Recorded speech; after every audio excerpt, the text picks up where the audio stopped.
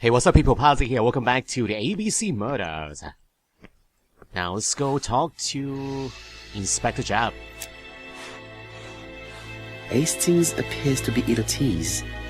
He appeared to be relatively indifferent to Mrs. Asher's murder, but the young woman's murder seems to be troubling him greatly. Yeah, I wonder why. I fear that this case is far from being solved. Come on, Poirot. You'll find the killer. Of course I will. But how many times will he kill before I do? Yeah, people, let's do this together. Ah, that's the body right there. Dressed in red. How do you do, gentlemen? Chief Inspector?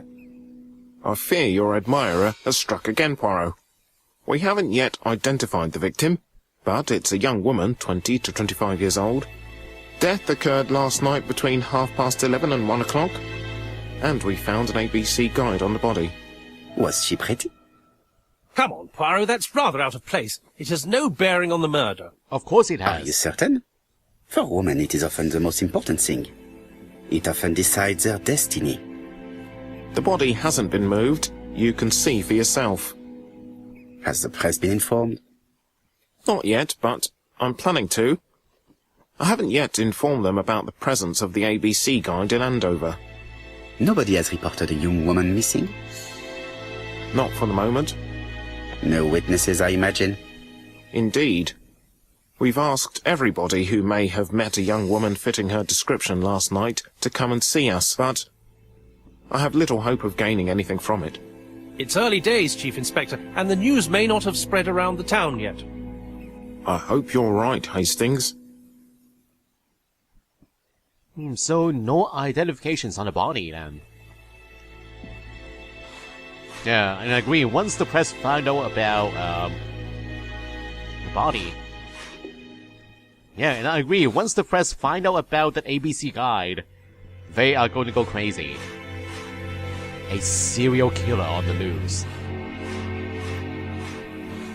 Hey, what are those stalls? Are they changing rooms? I see padlocks on them. This hut is locked. And also numbered. Yeah, I think they are changing rooms. Right now, the body.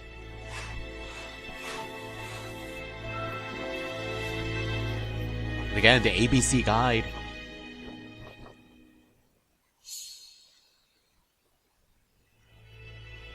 Bexhill. The guide is open at the page for the Bexhill train times. And she's barefooted. Well, she's walking on the beach, but where are her shoes? Maybe in the changing room. The young woman wasn't wearing shoes or a coat, and was not carrying a bag. That's strange. Yeah, it's gotta be in the changing room. Either Look the at the murderer stole her belongings, or she put them somewhere safe. Maybe so that she could bath. Yeah. So is she wearing a classic swimming suit? Is that what's supposed to look like?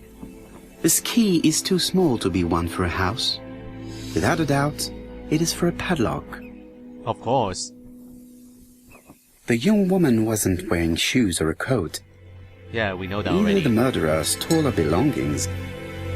The wound around her neck is made by this rope. A braided silk belt.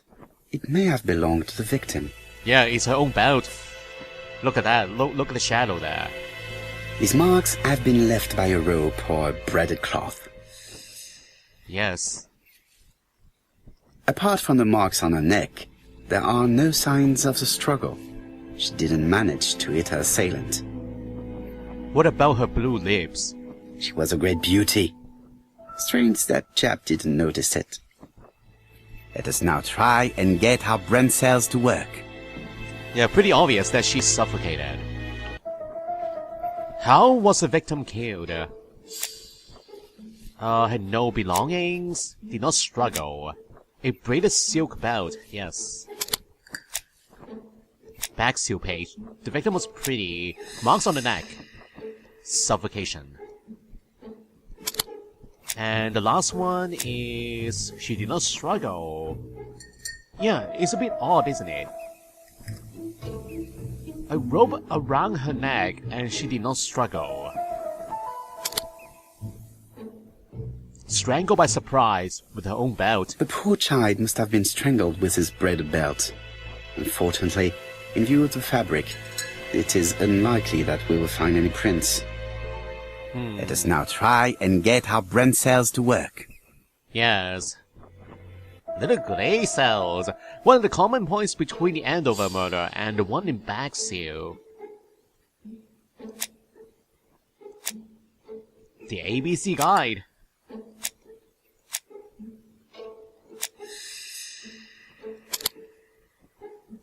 And yeah, both books. The killer signs his crimes with the ABC Guide. Are the crimes in Andover and Backseal to work with the same murderer? Yes, of course. Space on the letter announcing the crimes. Both letters. Both letters, as a matter of fact. Wait, that is not the answer. Really.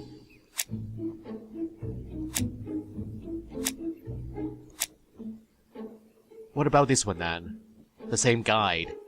Found in both murder scenes.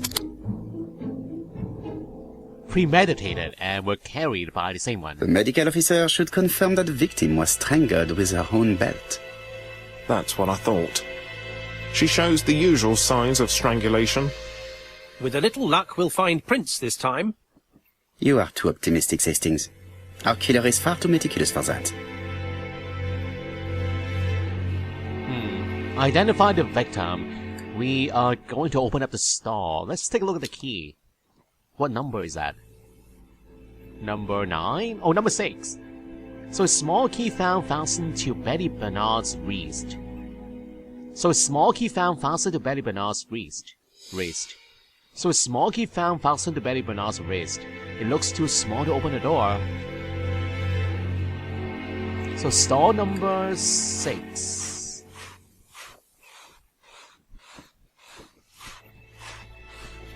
9, 8, 7, and 6. That's the one. Hey, the number isn't bolted down. Yeah, it has swung around. The number is upside down. This is definitely at number 6. 716. A very important number. Oh, 715. Yeah, that's a 5. Did the murderer leave this here? 5. The murderer left this here, perhaps.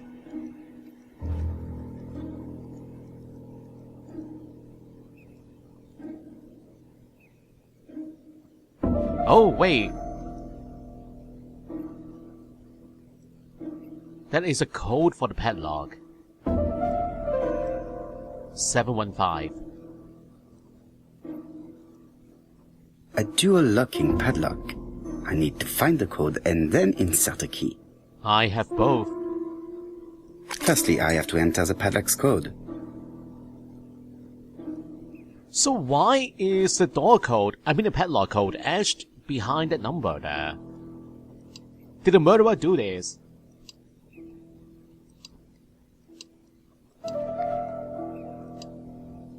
$715? Or 716? Wait. Maybe I now use the key. Aha! Need to do that in sequence.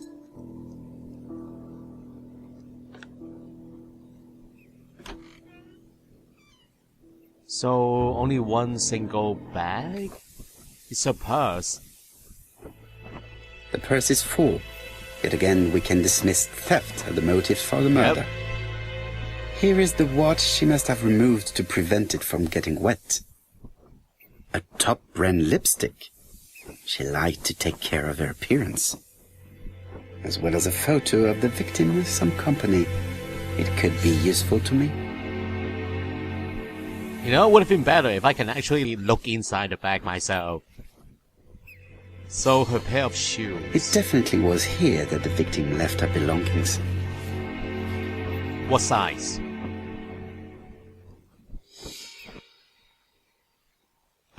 Betty's first day at work. Mom is very proud of you, Elizabeth Bernard. 1931-0708.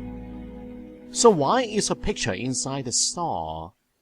Is this her private store? Oh, what's at the back? Nothing at the back. 1931-0708. Okay, we're missing something. There's one more clue.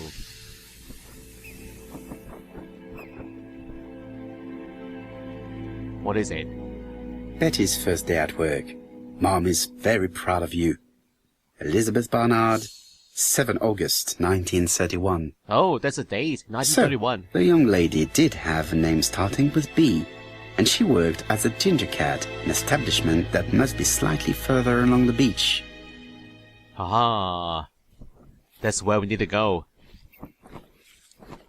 Jap has gone to the police. The victim has been identified and her family had reported her disappearance. She was called? Elizabeth Barnard, mainly Betty. She worked as a ginger cat at the cafe slightly further along the beach. But Poirot, how on earth? Never mind. Do you have her address? Yes, she lived with her parents on the street leading to the beach, number 22. Shall we go? You are far too impatient, Hastings. Let the poor people take in the news first. Let us go and visit the cafe where Betty worked. Alright, let's get going then.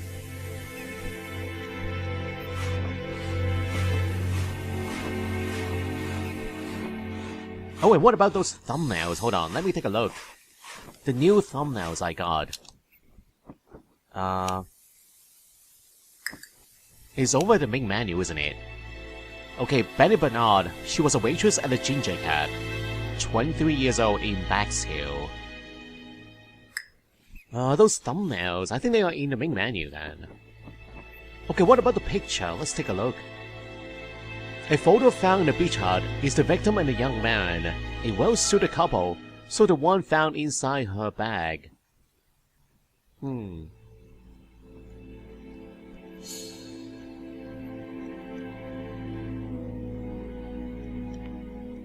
So her lover. Another suspect. So right now, let's head back up. And we are heading to the cafe. Is it in a walking distance?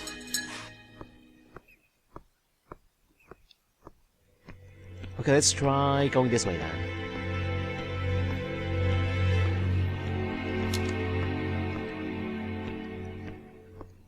Yeah, that's the one. The restaurant. Ginger Cat Restaurant. With all these tourists, these shops must be thriving. It's looking a bit empty though. Hastings appears to be ill at ease. Yeah, we've heard that before. Alright, heading inside the restaurant now.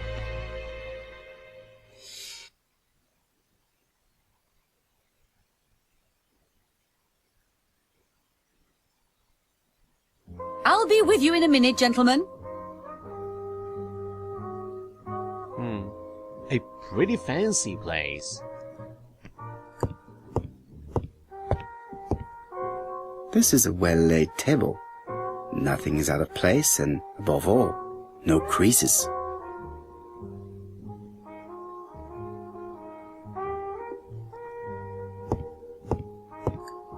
Yeah, I'm loving the music in this game. So well suited. So relaxing. Oh, checking the mirror again, Poro. But no eagle point. Oh, 3 eagle points. Yeah. Very nice.